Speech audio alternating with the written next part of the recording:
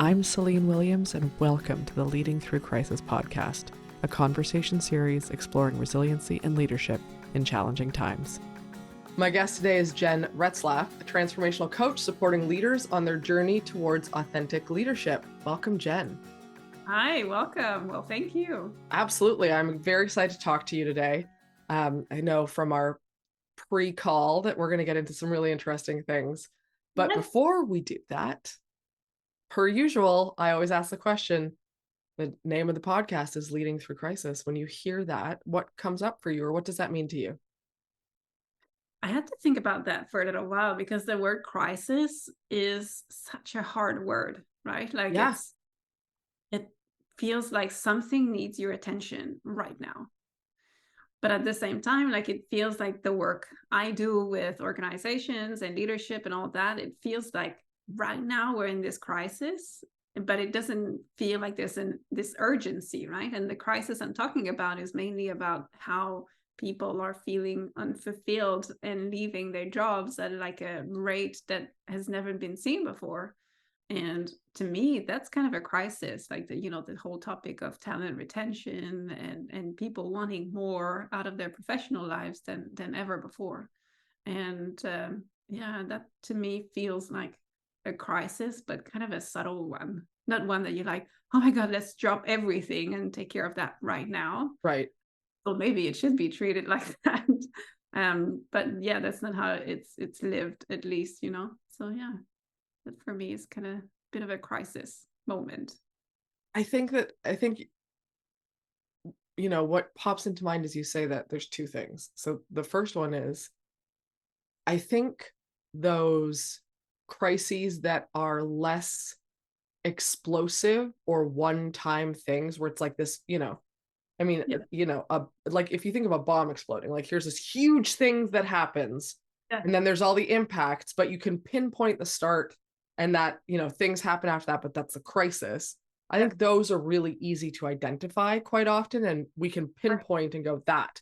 But I think what you're talking about, what comes up to me and what the example you gave is like that slow burn of things changing that result in a crisis. We often struggle to name a crisis in the same way. Does that make sense, the way I said that?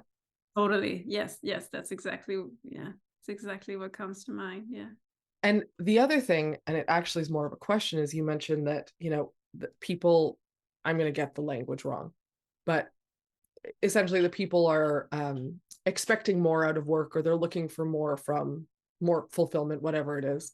Right. The question I have is, do you actually think that they're expecting more, or they're looking for more, or just they're not as willing to settle for what people were settling for before? I think it's both. I mean, tying this into authenticity, there's a lot of, soul searching, a lot more than was ever before, because before the expectations were like you start work, you work for 25, 30 years, you're off work, you get to your retirement, and that's it, right? Mm-hmm. Whereas now people, I mean, the way I say it is more, they don't want to wear a second skin at work. They want to feel like they can bring their whole selves into their organizations, and they will find a sense of belonging, which is the piece that ties into talent retention, I think. But there's definitely also this other piece of like, and some people don't even know what fulfillment means to them, but they just have that unsettling feeling of like, I don't feel good. They can't really say why. So there's that, but so it's true that they won't settle until they feel settled, right? So they'll always be looking for more. So there's kind of two folds to that, I think. Yeah, I appreciate that. I think that's very reasonable. I'm curious, when you talk about, so something that I'll give context as I ask this. So something that comes up a lot and that I've talked about with leaders that I've worked with, organizations I've worked with, and it comes up in conversation a lot with anyone who works in an organization, is that idea of bringing your whole self to work. Right. Like, what does that look like? Is that realistic? There are people on both sides of the coin for this. There are people who believe firmly that and I think some of it's generational, but bringing your full self to work and showing up wholly and completely, that is the key to belonging, to healthy cultures, to whatever. And there are people who are like, it needs to be better than it is now, right? It doesn't, the mask that people wear where they're an entirely different person at work historically, where it's like there's this wall between home and work, or real and work, that needs to dissolve. But bringing your whole person to work, that idea is not beneficial to everybody. That's also not realistic. I've heard arguments on the spectrum when it comes to this. Right. So I'm curious for you, what is your lens on it? What do you see the opportunity as? What is the kind of best case scenario look like, and why do you think that's the best case scenario? I think I would really break it down, and breaking it down, I think, is the solution, because whatever works for a team is not going to work for another team, because every team is unique, and every team, what you want to do is to, have the team being more either productive or be more collaborative, whatever your objective is in terms of when you talk about, I want to change in my team, there's a problem, right? Something to be fixed. So looking at that team, how is that team going to feel like they belong, or they feel engaged? And maybe the answer for that specific team is different than from another perspective, another team that has a different, more the pragmatic approach that you just mentioned, being more like, okay, there needs to be more. So this only talking about individuals, but there's also need to get work done, right? And so more the productive kind of aspect. So I guess it depends, and it probably depends on the industry. If you talk to a creative agency versus a financial agency, they don't have the same needs. And so it's really looking at not only the individual, but more on a team basis, and also as overall organizational culture. What do you want as an organization, and what do you allow for each team to be and feel like they belong? Well, and it's interesting when you say that, because what popped to, I think I would just want to acknowledge, I think that makes a lot of sense. And I'm big on fit for purpose, right? There's no one size fits all. So when you say that, I'm like, yep, totally. I completely get it. And it makes me think, when you're talking about different industries, like financial or creative were the two that that were the examples, is I wonder how much of the people that are often attracted to those industries or to that type of work, part of the attraction is that they feel like it fits who they are. There are people who are more formal in their approach in general. That is who they are. So maybe that financial industry or legal industry or whatever is more of a draw to them from the get-go, because they feel like they can be themselves in that. Whereas that creative person would not be drawn to that or feel like it resonates with them in that same way. Right. And that examples, I mean, I totally resonate with that. And this example brings me back to when I started doing coaching. I started doing career coaching and really bringing people who were like, oh, I don't feel fulfilled at work, but I don't know what's next. Some of these shifts were so interesting because they really spoke to a whole different perspective of personality that they were actually living in their work. And then that's where you start talking about limiting stories and limiting beliefs, and what the family's expectations of their career would be versus their, what they had in their heart this is for me, I want to be an artist, but my parents want me to be a doctor. Like, how do I, feel that internal tension? And it catches up with you, right? Like, and so, that brought me back to that example somehow. But yeah, I agree. It's fascinating how much of an impact and how little we think of that impact the world around us has on these decisions, whether it's family, whether it's societal expectations, whether it's just the unspoken norms of whatever the world or industry or whatever is. It's really fascinating how much influence it has. And I know, just subconscious. We're not thinking about it intentionally 90% of the time. No, exactly. And I mean, we would live so differently, right? If it was conscious. it would be fantastic. Then we would always make the right choices, but always, we're humans, we're influenced by our environment all the time. So yeah, it makes sense, but it's unfortunate. Yeah. Like so many things, right? Yeah. So one of the things that I know that you're very passionate about is this idea of female leadership. Yeah. And so first of all, I'm going to ask you to define what that is, right? When that, you know, what the language is, because I guarantee there's people who are going to interpret it differently or have a different way of thinking about it. Yeah. So what that is, and then also what the draw is, like why you're passionate about it. What is the thing? Yeah. Oh, I think that's a great question. And I guess to define what it is about, I would probably start by saying what it's not about, because it's really not about men versus women. And the way I mean it, I guess I should call it more balanced leadership, right? Than female leadership, because that, can cause a certain interpretation of what I'm trying to say by just saying I'm all for female leadership. It also feels like female power and feminism, and these are completely different concepts than what the way I implement these female leadership initiatives in companies.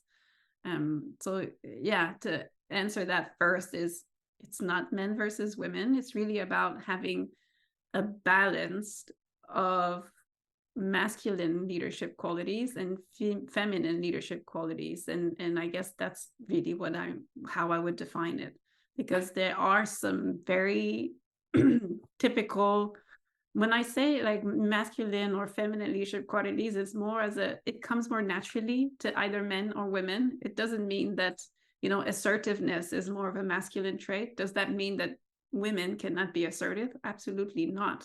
So it's really about, the stereotyping these masculine and feminine more it come more naturally. So empathy is known to be more natural to women than men.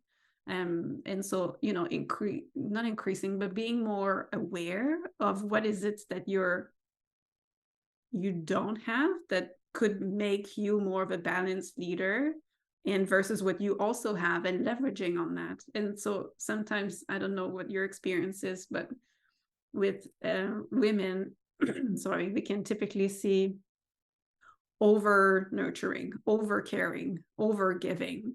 All of these things are also not healthy. They could also learn from masculine leadership qualities and say, well, being more courageous, being more bold, and being more structured and analytical. And so, this is a little bit more what I mean. It's just, kind of meeting in the middle. And with all of these, you get the good of all the both sides, and this is what kind of sets you up for success.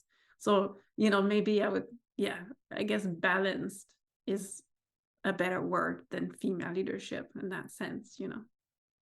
I have a question for you, but I want to acknowledge something, because I know there's a number of different types of leaders that listen to this.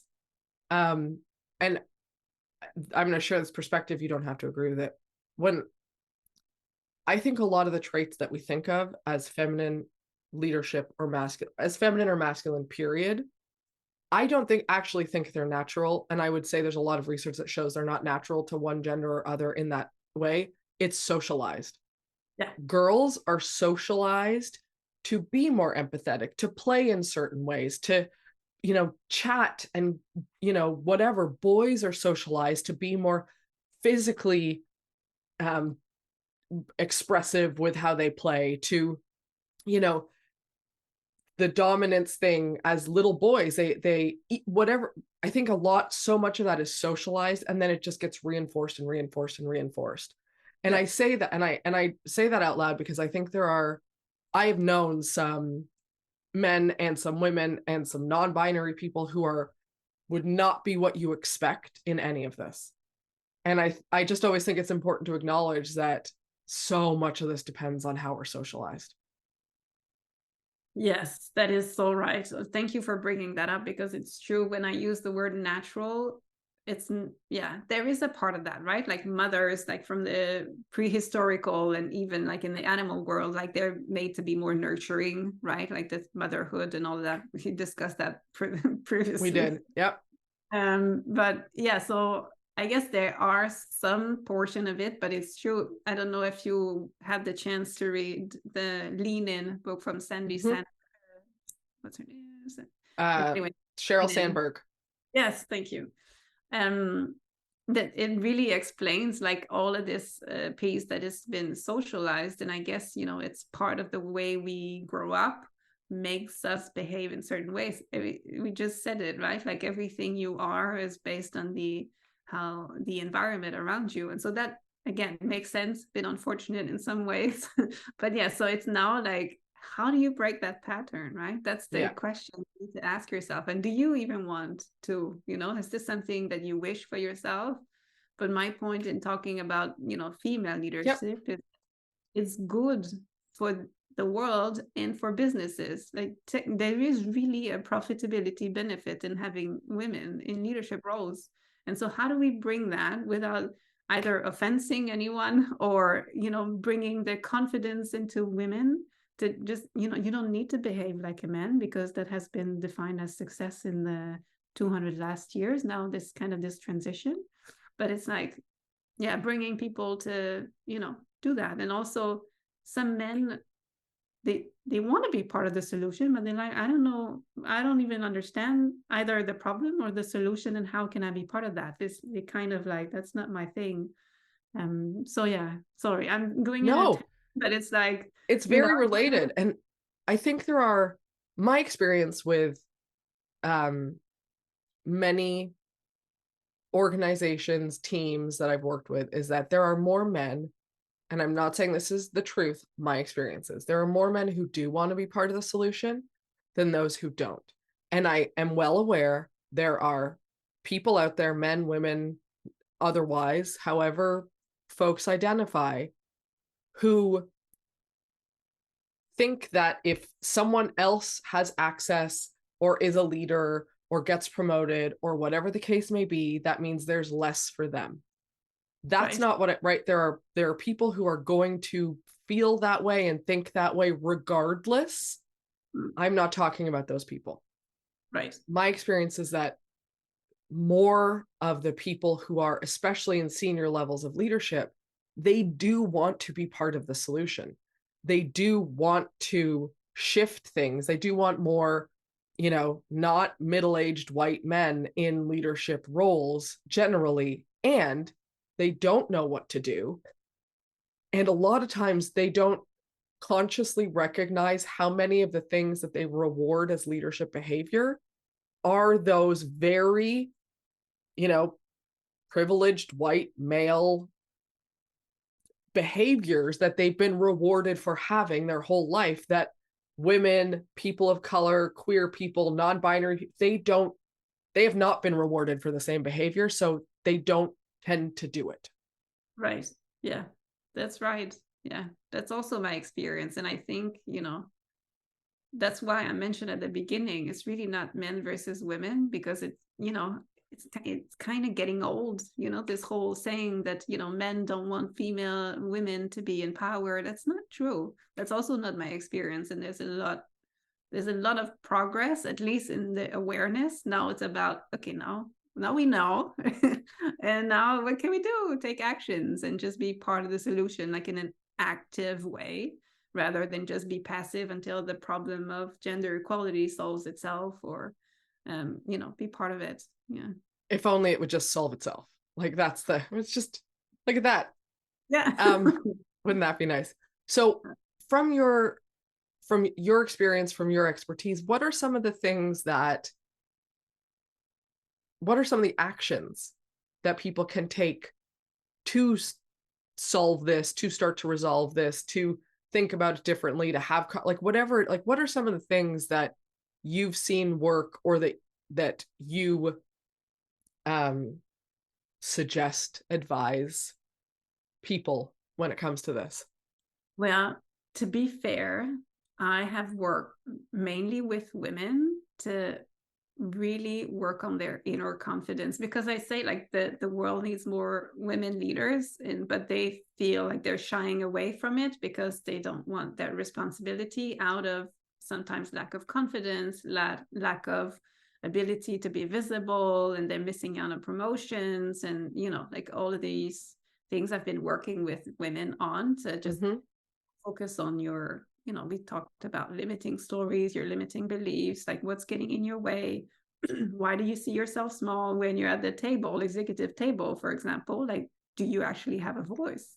Even if you're there, you made it there, like what kind of power does your voice have? This is the work that I've done, and working more. That's why I integrate always the authenticity part, right? Because women, as I said, they don't want to transform into men, and they don't want to be something they're not, but they also want to grow in their career. So what does that mean? And so there's sometimes, like I would say 95% of the time, that there's internal tension between what I want, what I think that entails, and what am I, willing to, where do I fit in all that, right?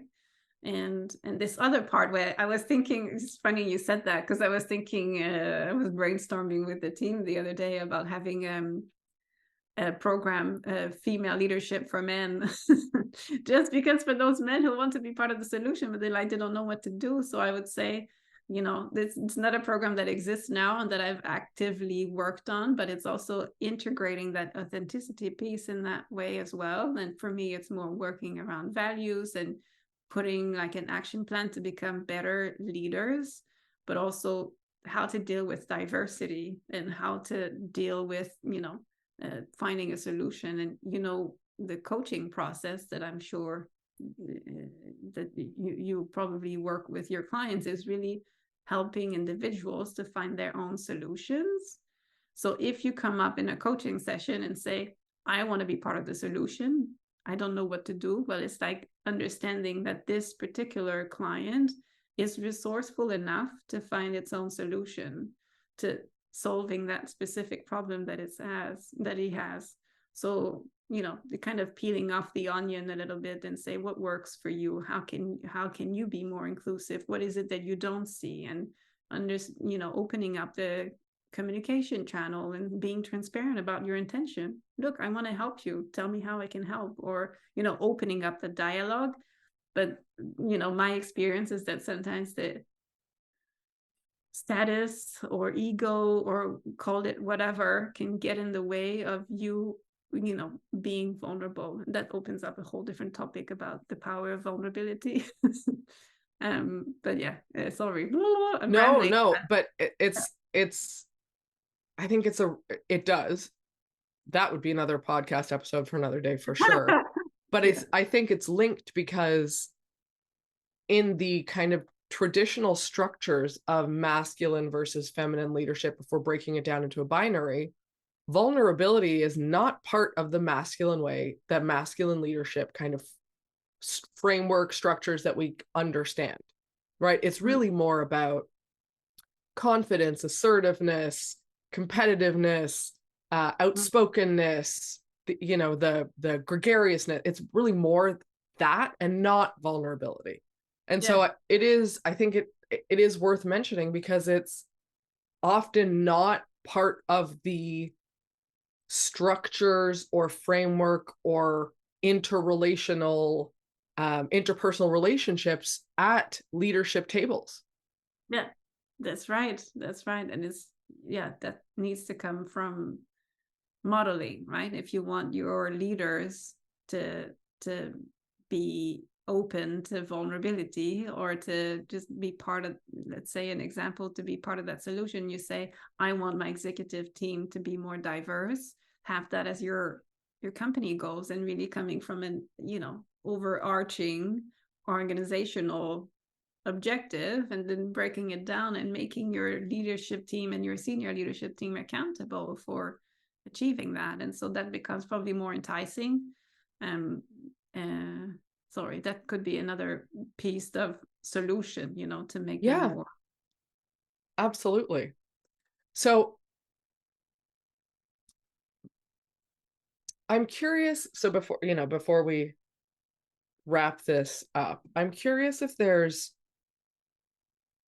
if you could give advice to whether it's male, men, women, non-binary, however people identify, one, many, all, doesn't make a difference. You can obviously choose. You could just say this is for women in leadership.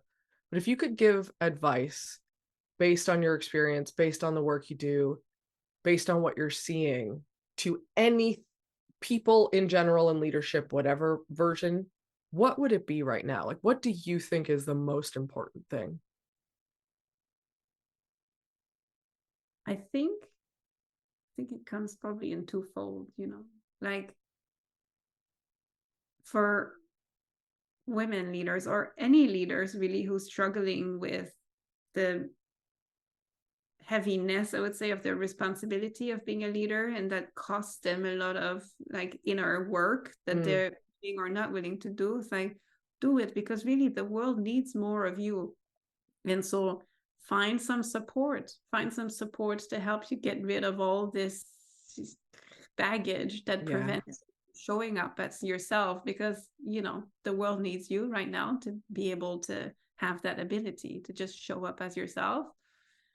And for men, it's like, just have the openness, I guess, or just be transparent about your intention to make this a more diverse place to work or in your team, or just say, look, I don't, just opening up a little bit the conversation, that's opening the door for men in a power position to somebody who's looking up to them is probably a better first step than it takes less for them to do that than for coming from a non-confident place to be able to open the door. So just if, these two parties, I would say, can work together to, be more collaborative on making that an objective, that would be wonderful. And I guess, everybody can benefit from that. I love that. I think that's a really powerful place I think it's a great way to sum this up, and a really powerful place to end our time together. Thank you for being a guest on the show, Jen. I really appreciate your insights and your thoughtfulness. And we'll put a link to where you can connect with Jen on LinkedIn, and her website, which is grow-better-together.com. And that'll all be in the show notes for those who are listening and can't write it all down. But thank you very much, Jen. It's been lovely chatting with you. I appreciate it. Thank you for having me. My pleasure. Thanks for joining me today on the Leading Through Crisis podcast. If you enjoyed this conversation, please take a minute to rate and review us on your podcast app. If you're interested in learning more about any of our guests, you can find us online at www.leadingthroughcrisis.ca.